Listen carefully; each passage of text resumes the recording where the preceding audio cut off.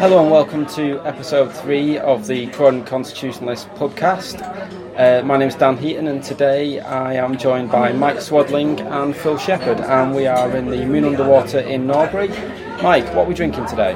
So I'm drinking a Pale Ale, and I've already forgotten the name of it, Dan. What was the Pale Ale we're drinking? It had the word rider in the title. Easy Rider, Night Rider, Pale Rider. Pale Rider. Pale Pale Rider. Well, he's only had 1.5, so he's not that drunk. But yeah, it's quite a nice ale.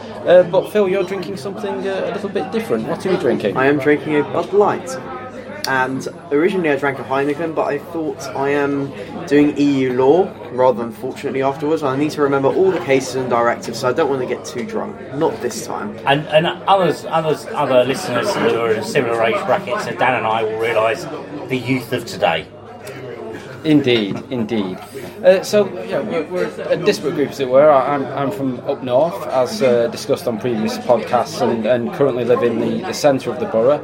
Mike, you live down in Coulsdon and have been a Croydon resident in different parts for all of your life. And Phil, you live in the north of the. I live in Norbury. In Norbury, indeed. Working in different parts of London, we get different people with different attitudes towards Croydon. Phil, what do you think about the reputation that Croydon has as a borough from other parts of London? I think it's uncalled for. Croydon as a whole is actually one of the best places to live in South London in terms of its connections, in terms of its facilities, and in terms of its potential. And it's the third thing that I want to focus on. People want to invest in Croydon. We've got companies, a lot of companies are setting up shop in Croydon. It's one of the top tech startup places in the UK. I think second to Shoreditch, actually. And Croydon's got a bright future. Unfortunately, the council is continually delaying development in the centre of the borough, which would, by virtue of development in the centre of the borough, would attract more development outside the centre in the borough itself. But I think Croydon's got a very bright future, and I think the fact that I hear the town being called Mordor, it being called like a gang wasteland, I think it's definitely uncalled for. And of course, the thing there as well, when we're from different parts, I live in Coulsdon, the notion that the reputation of Croydon and where I live, where one of the biggest problems is the foxes, the second biggest problem is the deer. Really does feel a world away. But even I ran in Croydon North, and I'm a governor around here. My family grew up around in Thornton Heath, not far from here. There are pockets. Let's be honest. There are pockets. There's an awful lot of nice areas and an awful lot of desirable areas that people are moving into. I think the Crystal Palace Triangle, which spans a number of boroughs, but partly in Croydon, an Upper Norwood area, that's suddenly become a media loving land for the media people that can afford £500,000 houses but not £2 million houses, and it's a really kind of booming hub up there. Yeah, certainly. I mean, I live on the other side of Green Lane, so towards Norwood Grove, and quite a few young professional families who would normally not afford to live in Wandsworth or in Streatham, they're moving down to Norbury. They're not necessarily using Norbury High Street, which I think is a massive disadvantage for it, because they're not using Norbury High Street. They tend to go to Streatham High Road or to Crystal Palace, but they're moving into the area. In Europe. Pardon? Longest high road in Europe. Yeah. But yeah, they're still moving into the area, and hopefully it should make it more desirable. Yeah, and I think Croydon, as well as those developments, I think Croydon, isn't it the greenest borough in London, I believe?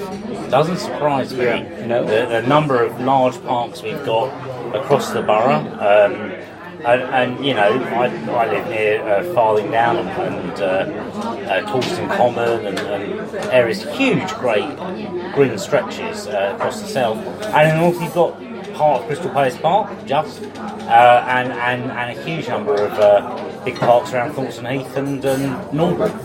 Yeah, certainly. I live just down the road from Norwood Grove, which is a really good open green space. My aunt, who lives in Wiltshire, actually compared it to the countryside. And not far from that, we've got Biggin Wood, which is a place where you could literally get lost in the woodland. You can not tell that if you're in a wood in the countryside or if you're in the South London suburbs. So I mean, we've got plenty of these places around Croydon, and that's what makes it a great place to live, I think. I agree, and as you say, you're practically in the countryside in some parts, but you've also got those connections into central London for work, or indeed, pretty good connections down to places like Brighton and Bournemouth if you want to go to the coast. In fact, if you want to go further afield, Norwegian Airlines flying out of Gatwick, I'll be taking them soon. The ability to fly to LA, Canada, New York from our local airport just down the way, really provides an advantage. And of course, not unlike West London, they don't fly over us, which makes it even better still. Yeah, indeed. So yeah, it would be a lot easier if they just expanded Gatwick, and indeed Gatwick, I think, are on about expanding themselves anyway by using their emergency runway, I believe, is what they're talking about doing. So yes, I think all in all, Croydon's a great place to live. It's demographically diverse, but it's also geographically diverse. Great place to be, and it's. I'm very happy here anyway, and I'm someone who's the one who's moved from the furthest away. Yeah. I chose to be here, and I'm loving every minute of it. So I think that's all we need to talk about on the podcast today. Thank you, gentlemen. Let's have another beer. Thank you.